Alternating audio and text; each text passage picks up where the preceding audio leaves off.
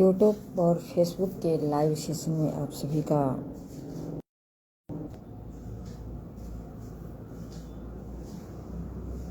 स्वागत करती हूँ। मैं डॉक्टर सुशीला योगाचार्य चूरू से।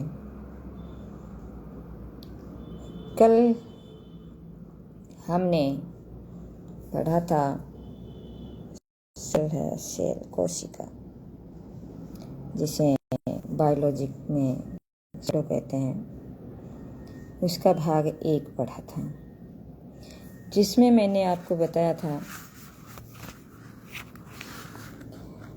कि मतलब कोशिका है, इसका सिद्धांत किसने दिया था, या कोशिका की खोज किसने की थी, या इसका नाम क्या है, या फिर इसके कुछ अंगों के बारे में चर्चा की गई थी। कम से कम 11 अंग हैं, उसके बारे में चर्चा मैंने आपके समक्ष प्रस्तुत की थी।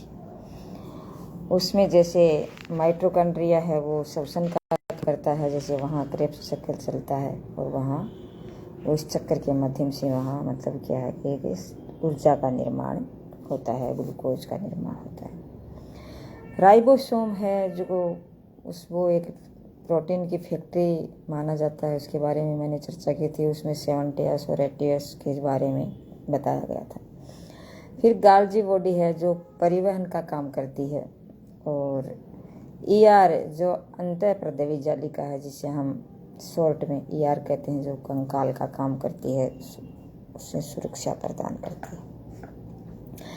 वैक्यूल्स जो जल का सोखने का काम करती है, और लाइसोसोम है, वो जल अपघटक एंजाइम है, जो मतलब ये आत्महत्या की थैली जिसे कहा गया है, जो मतलब ये मतलब अपने आप में जब ये एंजाइम है, जो हम जल अपघटक एंजाइम जो इसे छोड़ देता है, तो वो पूरी कोशिका है वो खत्म हो जाती है। उसके बाद में सेंट्रोसोम की चर्चा की गई थी कि सेंट्रोसोम क्या है। तो सेंट्रोसोम है, कोशिका का विभाजन करने का काम करता है। फिर केंद्रक के बारे में चर्चा की थी। केंद्रक क्या है? तो केंद्रक है, वो कोशिका को कंट्रोल करने का काम करता है, वो कोशिका का दिमाग कहा जाता है। जीव द्रव्य जो कोशिका का मतलब आधार प्रदान करता है, और वो एक मेन भूमिका निभाता है, जो 2 प्रकार का होता है, कोशिका द्रव्य और केंद्रिका द्रव्य। कोशिका द्रव्य जो कोशिका के अंदर होता है, और केंद्रिका द्रव्य के वह जो न्यूक्लियस के अंदर पाया जाता है। उसके बाद में जो मतलब उसका भाग होता है, उसे हम जो 12वां भाग कह सकते हैं, जिसका नाम जैसे मतलब सीलिया और फ्लैजिला है। तो ये सीलिया और फ्लैजिला क्या करता है? ये सीलिया और फ्लैजिला क्या है कि मतलब वैसे जंतु है उसमें पाया जाता है, प्लांट में ये नहीं पाया जाता है।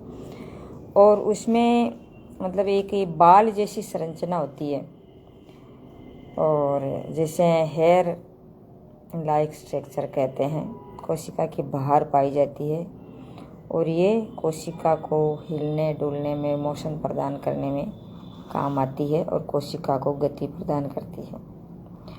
और ये स्पर्म को भी शक्ति प्रदान करता है, ताकि स्पर्म है वो आगे बढ़ सके। इस प्रकार से ये काम करता है। अब इसमें जैसे हम देखें तो ये कोई छोटी सी नॉर्मल संरचना होती है, जो पादप में तो होती नहीं है, जंतु में देखी जाती है। और छोटे छोटे हमारे जो बाल होते हैं, इसके माध्यम से वो क्या है कि कोशिका के बाहर एक जल की जैसे कोई कुछ पोषक तत्व जो कुछ होते हैं, उसको वो उसका अवशोषण करके वो कोशिका को एक ऊर्जा प्रदान करने में सहायक होती है। और उसके बाद में आता है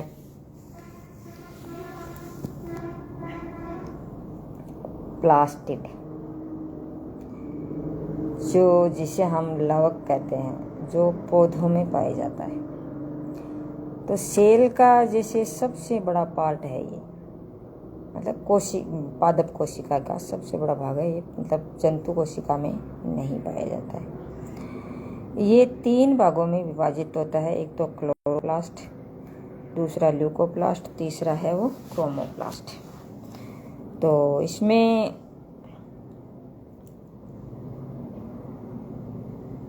क्लोरोप्लास्ट है वो हरित, जिसे हम हरित लवक कहते हैं हिंदी में, और पत्ती और तना दोनों में पाया जाता है और भोजन का निर्माण करने का काम वो करता है। ल्यूकोप्लास्ट है जो अवर्णित लवक है, जो मतलब जड़ों में पाया जाता है और भोजन का करता है।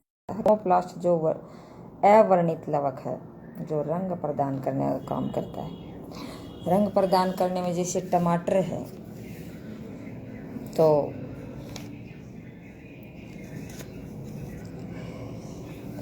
इसमें जैसे ये टमाटर है तो रंग बदलता है। टमाटर का रंग किसकी वजह से बदलता है? लाइकोपेन की वजह से। चुकंदर का रंग किसकी वजह से बदलता है? बीटानोन के कारण।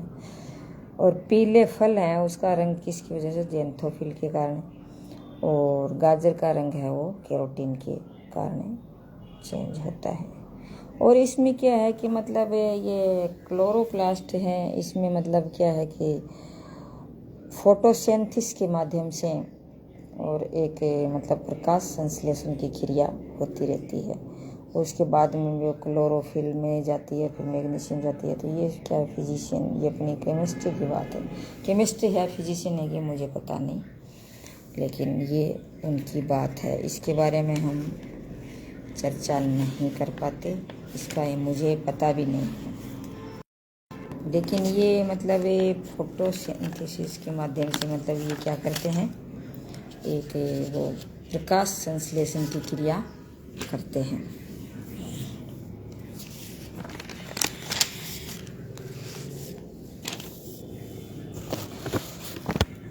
फिर जैसे ये हमारा इतना हो गया, उसके बाद में हम जैसे देखें तो इसका भाग एक अंग है वो क्रोमोसोम भी होता है, या क्रोमोसोम बोलते हैं जिसे गुणसूत्र हम कहते हैं। वो भी एक इसका भाग होता है, जो एक मतलब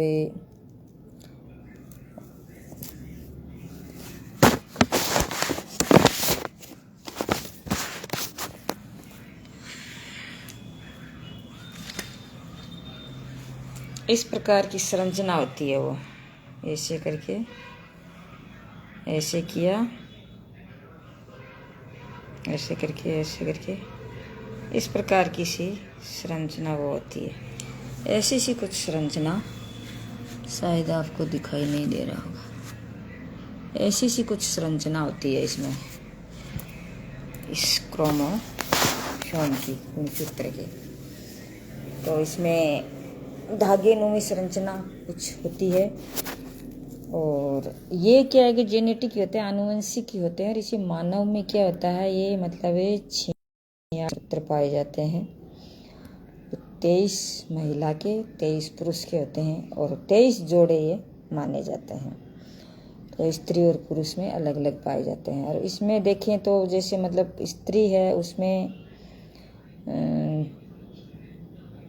ऑटोसोम और ओलोसोम, जैसे ऑटोसोम की संख्या 44 और ओलोसोम की संख्या 2। और वैसे ही पुरुष में ऑटोसोम की संख्या 44 और ओलोसोम की संख्या 2 होती है। तो इसमें अंतर इतना ही होता है। वैसे तो दोनों में संख्या तो एक ही है, लेकिन इसमें जैसे महिला में तो ऑटोसोम तो दोनों में एक ही होते हैं, लेकिन ओलोसोम है उसमें अंतर होता है। ऑटोसोम में क्या है कि महिला में तो अक्ष होता है और पुरुष में वाई होता है, दोनों में। और ये न्यूक्लियस के अंदर पाए जाते हैं, मतलब केंद्रक के अंदर ये पाए जाते हैं।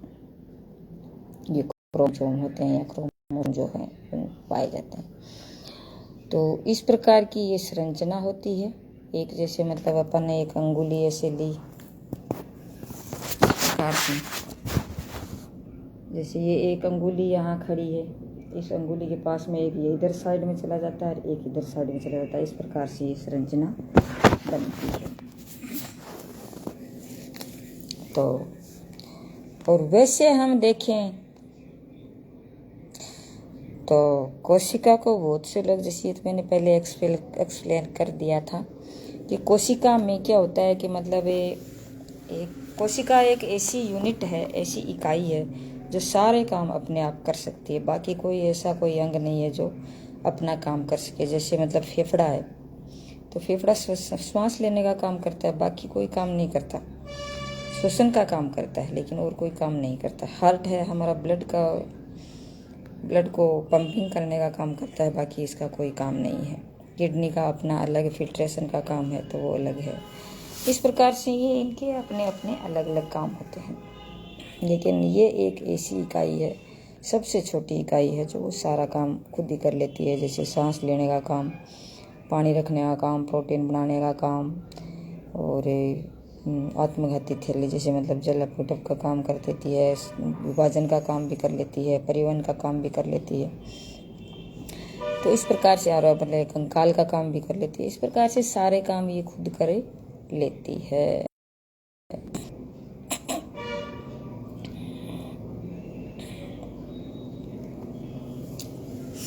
अब आता है, जैसे हम देखते हैं, जैसे कि मतलब हमारा जो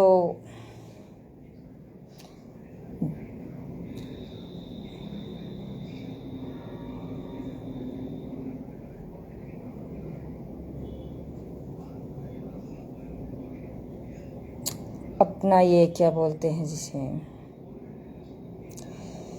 ये जंतु कोशिका और पादप कोशिका, इन दोनों में अंतर क्या होता है। तो ये जो इसके जो अंग थे ये आपके समक्ष प्रस्तुत कर दिए।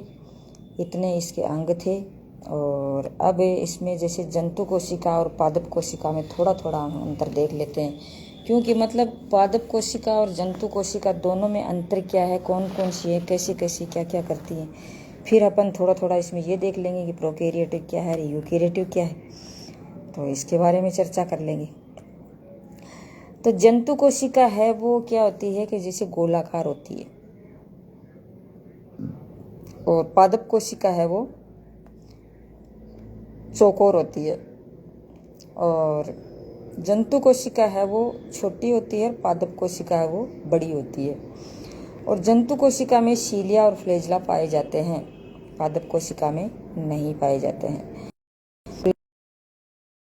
पाया जाता है और पादप कोशिका में नहीं पाया जाता है। और सेल वाल है वो पादप कोशिका में पाया जाता है, लेकिन जंतु कोशिका में नहीं पाया जाता।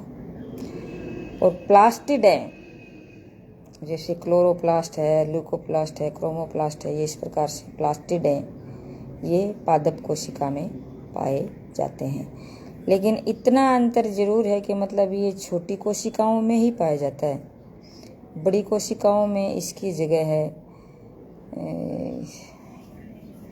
नाम याद नहीं आ रहा यार, चलो फिर कभी बता देंगे, याद नहीं आ रहा। तो वो काम करता है, अभी दिमाग से उतर गया, कोई बात नहीं है, चलो फिर देख लेंगे। फिर इसके बाद में क्या आता है, सेल है वो दो प्रकार की होती है, एक तो प्रोकैरियोटिक, एक है यूकैरियोटिक।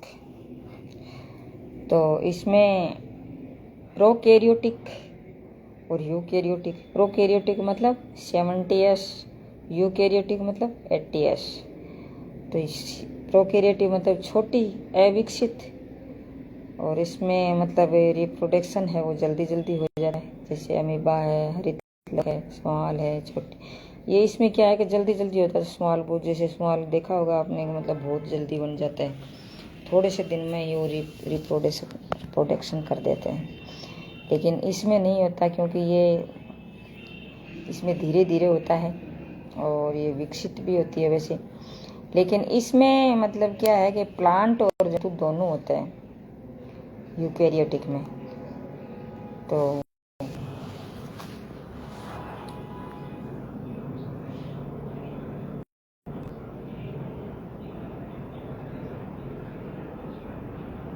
जिसमें हमने इसका अंतर तो स्पष्ट कर दिया है, जंतु और पादप में, मतलब दोनों में कोशिका, दोनों की कोशिकाओं में अंतर क्या है, ये तो मैंने अभी आपको बताया कि इस प्रकार से है। लेकिन ये प्रोकैरियोटिक है, यूकैरियोटिक है, इतना है। यूकैरियोटिक जैसे श्वसन किससे करता है, ये प्रोकैरियोटिक है वो अविकसित तो होता ही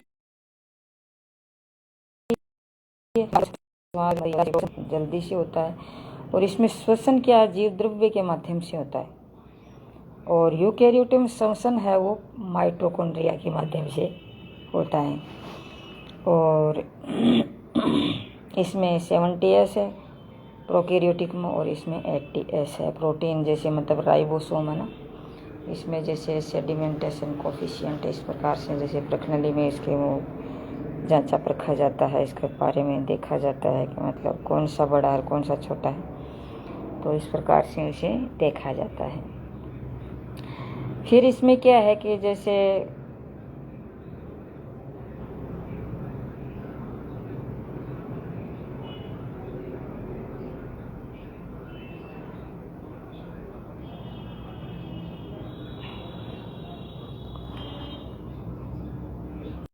अंतर हमने दोनों में है, तो इस प्रकार से इसमें ये चलता है।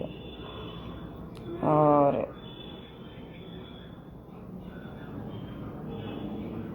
दोनों के अंदर जैसे इसमें माइटोकॉन्ड्रिया शोषण करता है, इसमें शोषण जीव द्रव्य के माध्यम से होता है। झिल्ली दोनों में होती है, क्योंकि झिल्ली की दोनों को ही जरूरत पड़ती है। राइबोसोम मतलब प्रोटीन बनाने का काम दोनों में ही होता है, जीव द्रव्य का काम तो नहीं होता है। इस प्रकार से ये दोनों में एक मतलब एक समानता भी हमें देखने को मिलती है।